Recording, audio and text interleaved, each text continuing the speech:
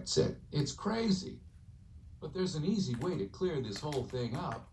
Ask your boyfriend to come in for a few minutes. We run his fingerprints through the system, thank him for his time, and send him on his way. Piece of cake." Sergeant Threadgill smiled under his mustache. "Do you know where Mr. Murphy is right now?" "Honestly," June said, "I have no idea. He could be anywhere." "Reason I ask, ma'am, I ran a check on your boyfriend trying to rule him out, but he's kind of a mystery. Driver's license is good, but he's got no utility bills, no credit cards, no financial history at all. I told you, he's a minimalist." But she knew the conversation would only go downhill from here. It was time to call their bluff. "You know what? I have to get back to work." She stood up and pushed back her chair and walked around the table. "Excuse me, Sergeant." The sergeant didn't move from his position against the door. June turned to Hecht, making sure her face and voice were clear for the camera. "Are you detaining me? If the sergeant doesn't get the hell out of my way, then you're detaining me, in which case I'll call my attorney and he'll call the newspaper." She smiled at Hecht. "Can you imagine the story they'll write? Victim harassed by heartless police. I'm a great interview. Or am I free to go, detective? What's it going to be?" Hecht frowned. "You're playing with fire, Ms. Cassidy. And you're worried about the wrong fucking people," June replied. "Now get Sergeant Potato Head out of my way, or I'm calling my lawyer."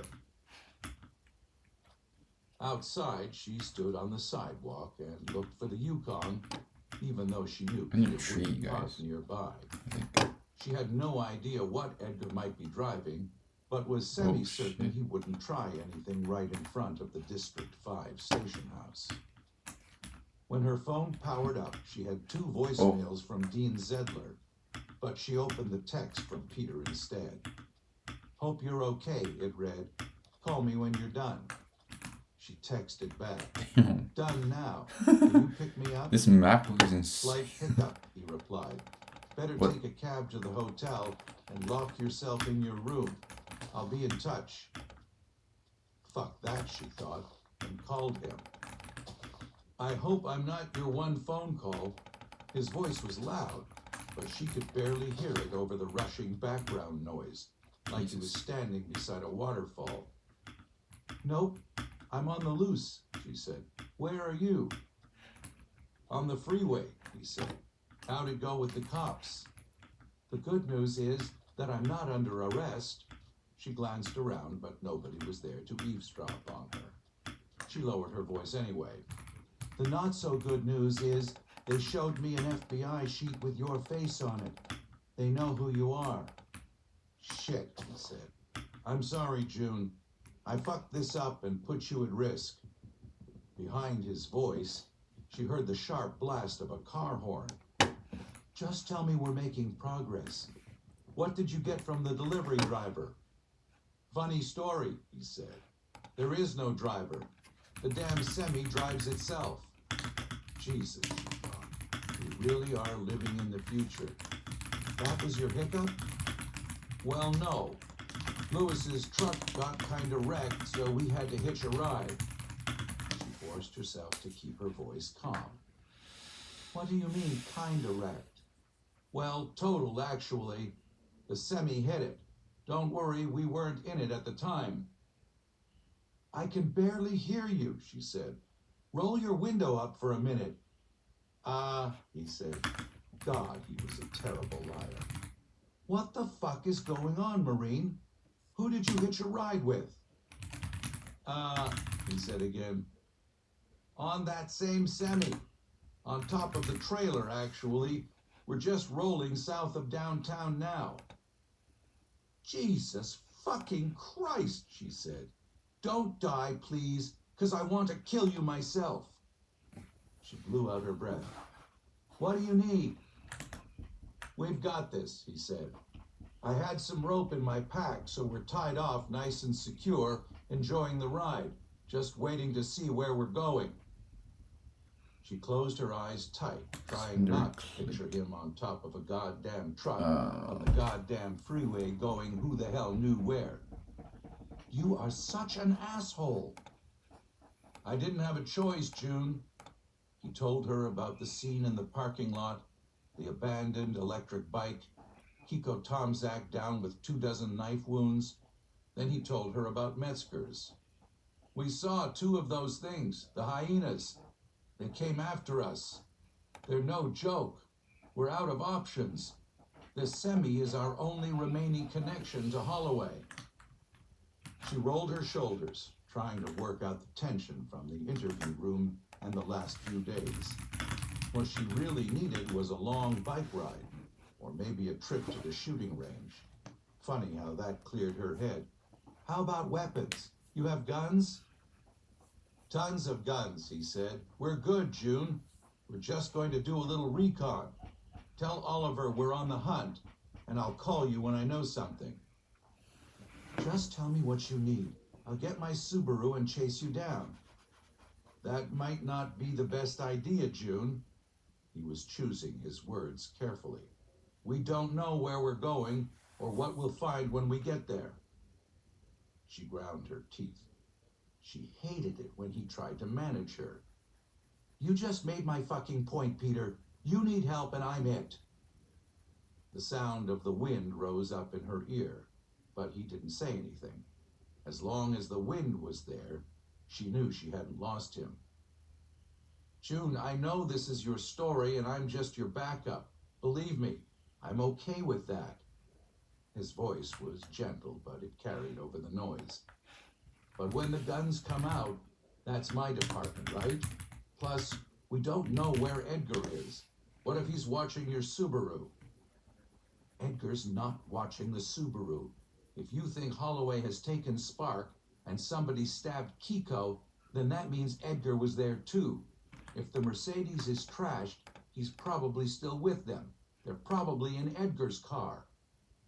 June, this is a really, really bad idea. I'm not going to sit in some goddamn hotel room and wait to hear if you're alive or dead, all right? Put Lewis on the phone. June, you're upset. Hey, Marine, you're full of shit. Put Lewis on the goddamn phone. Another pause, then the low, dark voice came on. Jarhead ain't wrong, June. Neither am I, and you know it. The clock is ticking, and we're it. She tucked the phone against her shoulder, notepad in one hand and pen in the other. Now, what do you need, and where do you keep it? 62. Peter. Peter lay atop the semi-trailer with his toes hooked into the safety rope, watching the sun go down. 5 o'clock. 3 hours until Sparks' failsafe tripped and all hell broke loose. He'd started on this hunt as a way to protect June and get his own ass off the FBI's wanted list, but he had different reasons now. He wasn't exactly a convert to Oliver's larger mission, but this one made sense to him.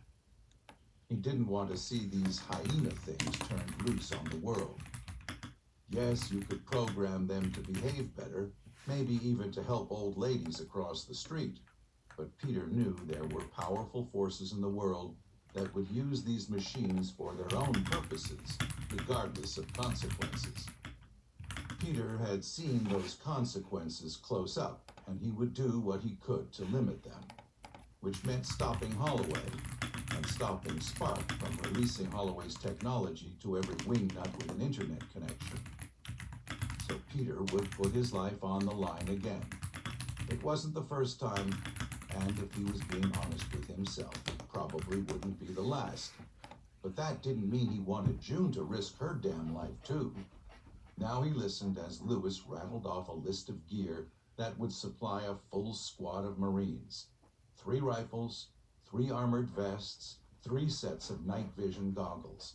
He closed his eyes and took slow, deep breaths as he tried to quiet the roar of static in his head. It wasn't claustrophobia. It was fear. Fear for June. He didn't want to lose her. Hey, good Good idea. Lewis fussed with the phone's screen for a moment, then put it back to his ear. Okay, you got him. I'll do mine when we hang up. Be safe, June, but drive fast. And better not get pulled over with all that ordnance in your car, neither. Peter felt a tap on his arm and opened his eyes to see Lewis holding out his phone. It was open to a locator app called Find My Friends that would allow June to home in on his location using GPS. Thanks, he said. Don't give me that look, Jarhead. You know she's right. We got 2 handguns and maybe 60 rounds between us.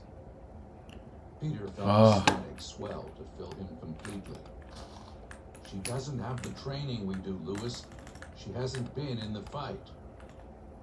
It's her call to make, brother. She ain't exactly June Cleaver, you know. Plus, she's in better shape than you, and a better shot, too, with a pistol anyway. Is it working or not? She held her own against Edgar 3 times. Oh, whatever. I'll play this game first. You've got your ugly ass at Franny's house if it weren't for Mingus. Don't go thinking June can't handle it. Oh no, why did you do that? Jesus. Step into this as you and me. Oh, I get it. Peter's voice was thick. But I don't have to fucking like it. Lewis put his hand on Peter's shoulder. That familiar, strong, solid grip. Back in the sandbogs, all us grunts were supposed to be fighting for our country, right? But when the shit came down, we were really just fighting for each other. Not even to keep ourselves alive, but to keep each other alive. That's what I'm doing right here beside you. That's what you were doing when you got that damn hyena thing off me back then. Peter nodded. He didn't trust himself to speak. Shit, brother. June just wants to do the same thing. Peter wiped his eyes. God damn you, Lewis. Lewis thumped him on the shoulder. His voice was kind. Fuck you too, Jarhead. Now give me a granola bar. The semi stayed on 94 south into Chicagoland. They passed There are 6 2 villages. And Abbott Labs and turned onto the Dan Ryan toward downtown. Peter wondered what had happened to the enormous red lips of the Magic Kiss sign, which had been a favorite landmark when he was a kid, visiting his grandparents in Chicago. To their left, the sun was low in the sky. My speed is too fast. What the fuck? Peter could taste the ozone in the How come? air. It's dropping the Flow of frame. cars The got frame's thicker, dropping. But the self-driving semi found invisible seams in the traffic and rolled forward past dusty pickups, fine. sleek sedans, and dented old beaters alike. As they Why is the came frame into dropping so downtown and the road dipped below the surface streets, the sun blinked on and off with each rust-crusted The overpass. frame's dropping so bad. I don't know why. One advantage to riding atop a semi-trailer was that they could see all the road signs. Peter thought they might take 55 downstate, or the Skyway toward Indiana and Michigan, but they stayed on 94 until the Stony Island Avenue exit, which dumped them past a pocket of townhouses and a baseball diamond onto busy 103rd Street. They passed a Chicago Transit facility Friends are dropping and like turned crazy, at by the the way. first intersection. Peter No, saw there's another a row one of over intermodal there. containers and worried the trailer would end up on a rail car behind a locomotive headed nowhere June could follow, and they would be truly fucked. Instead, at a blue sign marking the Calumet Industrial Corridor, they veered in the other direction and headed south between a shallow marshland on the left and a vine-covered chain-link fence on the right. Behind the fence lay an enormous auto impound lot, then a weirdly green golf course, then a stretch of open water. Peter pulled out his phone to get oriented. If they'd gotten off the freeway here, they were going to stop somewhere soon enough, and he wanted to know where he was. The marsh was part of a park, and past it was a former landfill and Superfund site. The body of water was the Calumet River. In the 2 miles of road before the dead end, his phone showed businesses like Dockside Steel and Atlas II anchoring a series of enormous piers angled into the river. After a gentle curve in the road, the water on the right receded. They passed a featureless gray steel shed the size of an airplane hangar, then a wide swath of tangled scrub surrounding the rusted bones of a crane gantry. Is that a hanging? Peter felt the semi begin to decelerate. Holy shit! I don't know how to do Next came this, a row guys. of buildings behind a single rail line. I really don't know a how to do this. brush-choked fence topped with razor wire. How do you do The this? complex housed a business. It wasn't named on the map. The first structure was a small, unpainted cinder block gatehouse beside a driveway completely blocked by 3 sections of crumbling concrete Jersey barrier. You memorize this though. You get a flashcard and memorize it. 2 stories of rust-colored brick with inexpensive decorative details, like a school science building from the 70s. Most of the windows had blinds lowered against the sun, probably offices over warehouse space, or maybe an equipment shop. Tall, bushy weed trees grew right up against both buildings, as if the tenants had abandoned the place after a previously unreported apocalypse. The sun was a half circle astride the western horizon, burning a bright chemical orange through the haze. The semi was down to maybe 20 miles an hour and still slowing. Peter untied the left side of their safety rope while Lewis did the right. After the 70s-era building, they passed another entry drive, wider but also blocked, then another ratty cinder block gatehouse, this one 2 stories. It was probably the freight office and site security back when this place actually did something. After 100 yards of high grass, the truck turned into a gravel lot, the surface pocked with deep potholes that made the trailer thump on its tires. Peter and Lewis had to drop flat on their bellies and hold on to the sides of the solar panel platform. While Lewis threaded a double drop line through a platform bracket at the back, Peter looked ahead.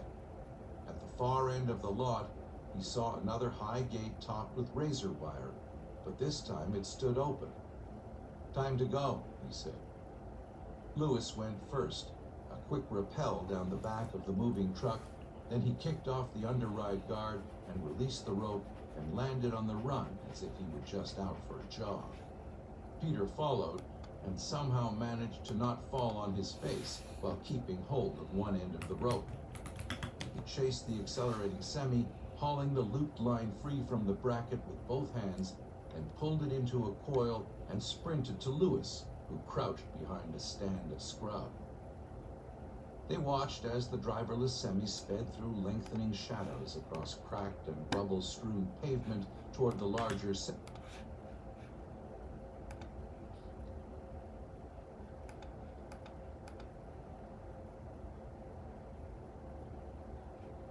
No way. Oh my god. So that's just a clip, dude. It's just a clip. 70s era building. As the truck disappeared around the corner, the last of the visible sun flashed bright orange on the dull silver skin of a 4-legged creature standing sentry there beside a wide mound of crumpled cardboard boxes. The thing began to trot toward them, heedless of the debris in its path. Lewis spoke in his ear. "Time to go find us some high ground." Bent low, they angled away from the open gate and into the tall grass. 63. June. After talking with Peter in front of the District 5 station, June had returned Dean Zedler's call. "I left a message an hour ago," he said. "What took you so long? I feel like I'm stuck."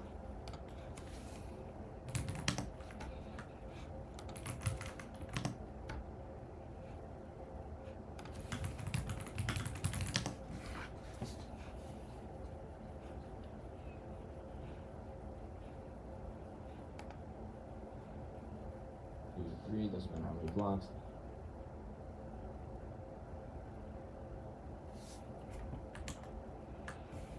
I don't know how. Wait, hold on.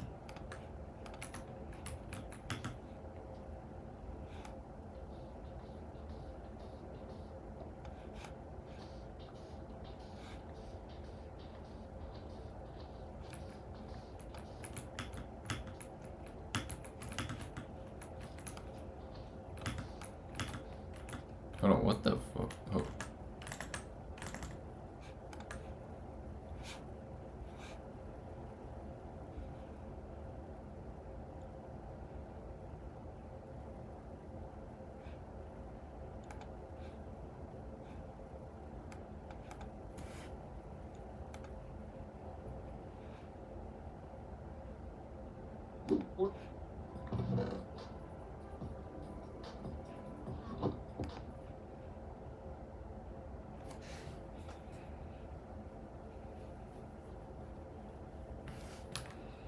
The other. Here are some runs of the fastest routes per portal. I put this in the beginning of the video for you guys to study in the future because it's pretty.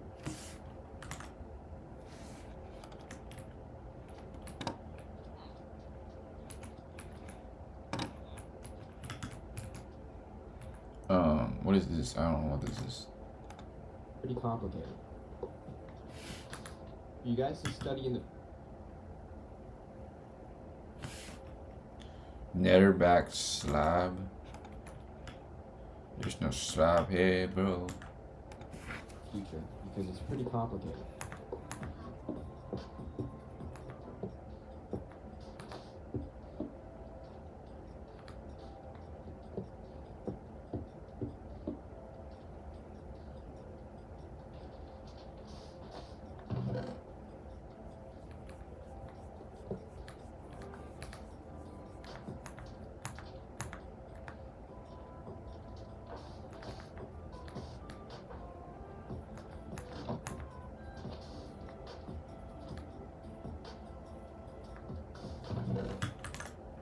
This one doesn't even have a goal on it.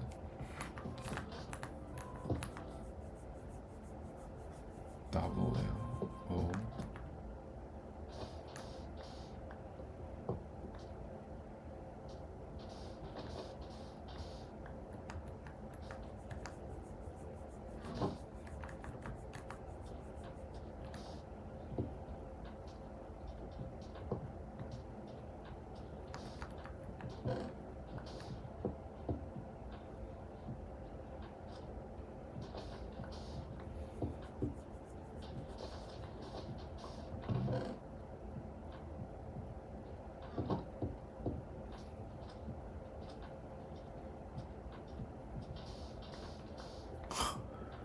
What?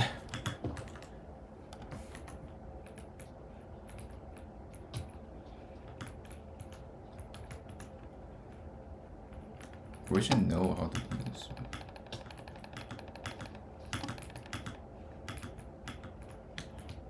Wait, and this doesn't this look kind of familiar?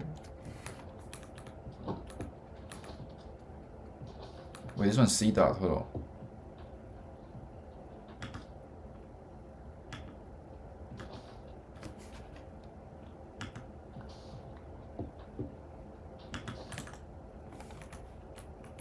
No, not ready.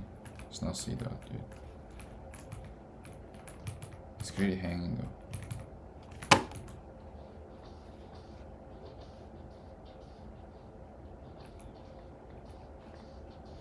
I'll just find out what the fuck.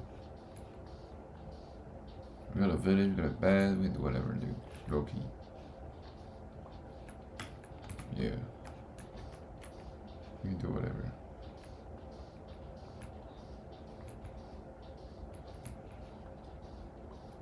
The fuck is this? Oh shit.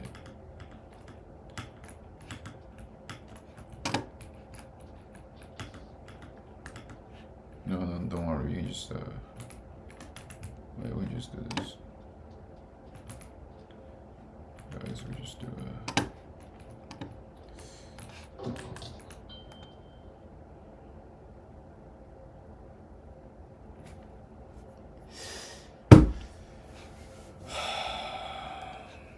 you know, it's this is game over, so it's game over.